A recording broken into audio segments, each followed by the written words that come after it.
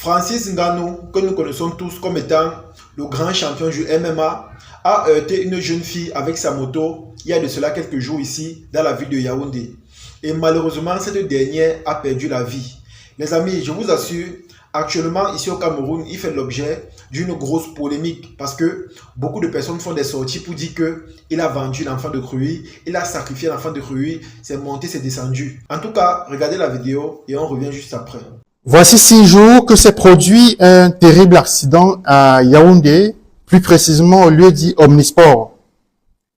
Accident impliquant le Camerounais Francis Ngannou. L'information est restée jusqu'ici silencieuse jusqu'à ce que le dénouement soit mortel, puisque la jeune victime, mademoiselle Tsama, est passée de vie à trépas. Mais qu'est-ce qui s'est bien passé?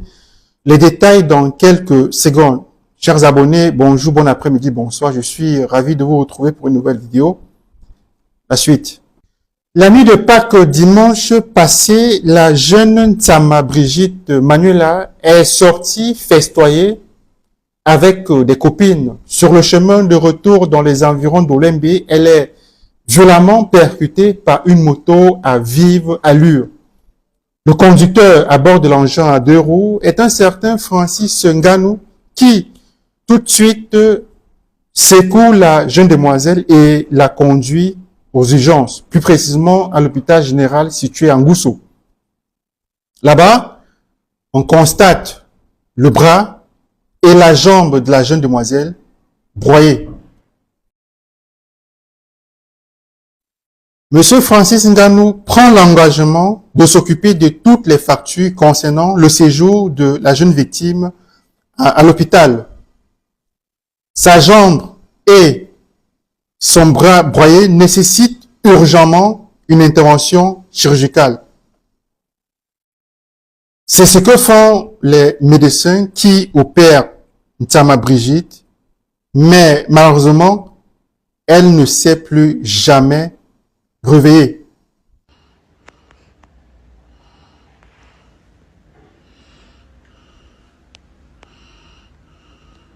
La question que je me pose, c'est pourquoi est-ce que Francis Ngannou n'a-t-il pas communiqué lorsque ce malheureux incident s'est-il produit?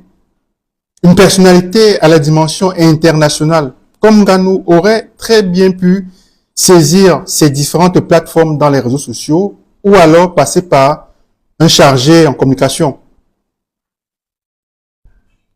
Nous espérons qu'une enquête permettra d'élucider et d'établir les circonstances exactes du décès de la jeune Manuela Tsama.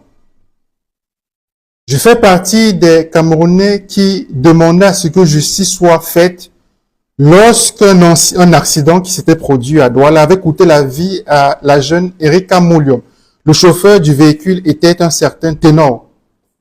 Et ici, je demande que justice soit faite dans le cas Manuela Tsama. La famille, malheureusement pour Francis Ngannou, c'est un peu compliqué en ces moments. Il y a de cela quelques jours dans la ville de Yaoundé, il roulait avec sa moto et malheureusement, il a heurté une jeune fille qui sortait d'une soirée nocturne avec ses copines. Et aussitôt l'accident venu, il a directement transporté la jeune fille pour l'amener dans l'hôpital le plus proche, disant ainsi à la famille qu'il va prendre toutes les charges sanitaires de la jeune fille. Mais malheureusement, elle a perdu la vie. Ce qui me choque, c'est tout ce qui s'est dit depuis ce jour sur sa personne. Depuis que le décès de la jeune fille a été prononcé, il y a beaucoup de personnes qui font des sorties pour dire que Francis Ngannou a sacrifié la jeune fille pour le succès, Francis Ngannou a fait ceci, Francis Ngannou a fait cela. Honnêtement les amis, moi c'est très choquant les commentaires que je vois là. Parce que même le conducteur le plus sot ne peut pas cogner quelqu'un en souhaitant que cette personne a perdu la vie. Parce que lui-même, il sait que s'il le fait, ce sont des problèmes qu'il va acheter gratuitement. Ce que Francis Ngannou a fait là, honnêtement, moi je ne peux pas justifier cela parce que je n'étais pas là. Je ne sais pas si la jeune fille marchait mal, je ne sais pas si elle est mal sortie lorsqu'il roulait. Je ne sais pas si Francis Ngannou lui-même, s'il roulait bien ou pas. Donc, tout ce que moi je peux dire, c'est que si la loi est la loi et exige à ce que des sanctions soient mises dû à ce qu'il a commis, que la loi s'applique. Mais arrêtons de le juger et arrêtons de diffamer sur sa personne. Parce que beaucoup de personnes se servent de ça comme étant un prétexte pour sortir réellement ce qu'ils pensent. On a l'impression qu'il y a des gens qui attendaient seulement cette occasion pour dire ce qu'ils pensent de Francis Ngannou. Vous savez, Francis Ngannou, c'est une légende, c'est quelqu'un que je respecte beaucoup, vu son parcours et vu ses ambitions. Vous savez que c'est quelqu'un qui a commencé petit à petit, il s'est construit lui seul un chemin. C'est quelqu'un qui a toujours été distrait, ici dans le 237. C'est quelqu'un qui n'aime pas se faire voir. Il a toujours fait preuve de simplicité et d'humilité envers les gens. Donc du coup, lorsqu'une affaire arrive comme ça, nous tous nous sommes choqués, nous sommes un peu étonnés, vu que c'est quelqu'un qui généralement, on ne l'associe pas à certains bruits ou encore à certaines oppositions. C'est quelqu'un qui aime vivre sa vie en paix et éloigné des regards des autres.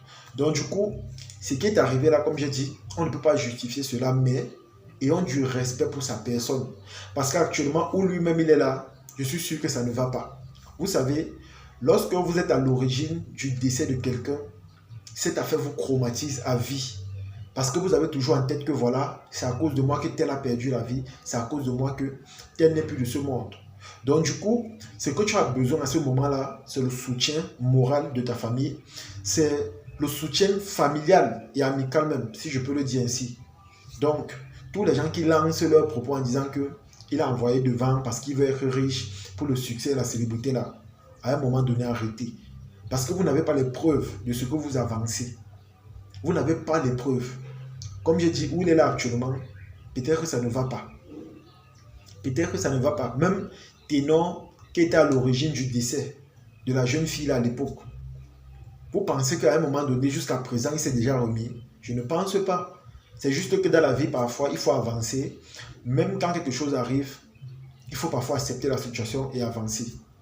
C'est un peu ce que Ténor essaie de faire jusqu'à aujourd'hui. Ce qui est arrivé à Francis Ngannou, c'est à peu près la même chose. Où il est là actuellement, il est conscient que ce qu'il a fait est grave. Il est conscient que cet accident qui est arrivé va aussi changer radicalement sa vie. Il est conscient de cela. Parce qu'une chose est sûre, il ne sera plus jamais le même. Je ne sais pas s'il va encore prendre une moto pour rouler avec. Donc du coup, respectons un peu cela. Respectons un peu son ressenti. Lorsque l'accident est arrivé, il s'est précipité directement pour prendre la jeune fille pour aller à l'hôpital avec elle. Ça signifie que c'est quelqu'un de bien et c'est quelqu'un de conscient.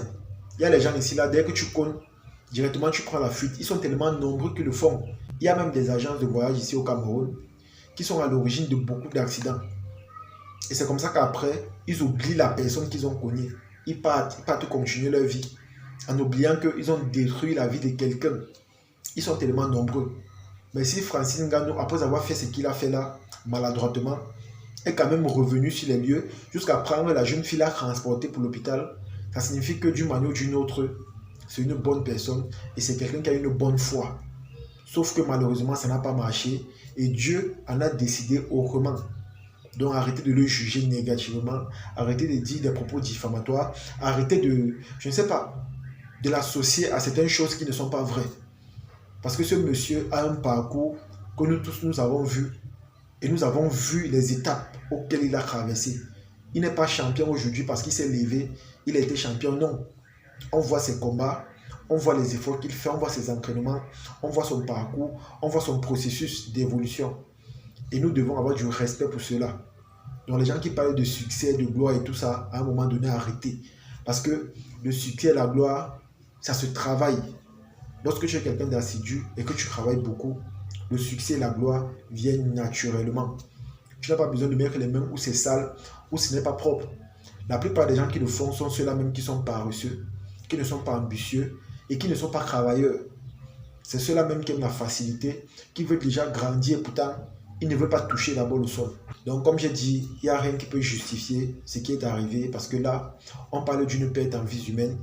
J'imagine un peu comment se sentent les parents, les amis, les connaissances, peut-être son petit ami. Ce qui est sûr, c'est difficile à avaler, c'est difficile même à accepter. Et tout ce que nous pouvons dire, c'est juste que la jeune fille repose en paix et que la famille soit vraiment forte. Parce que là, ce n'est pas facile. Vous savez, généralement, lorsqu'un parent met son enfant au monde, il s'attend à ce que son enfant l'enterre et non le contraire. Alors, comme j'ai dit, je souhaite simplement mes condoléances à la famille et que son âme repose en paix. Ciao.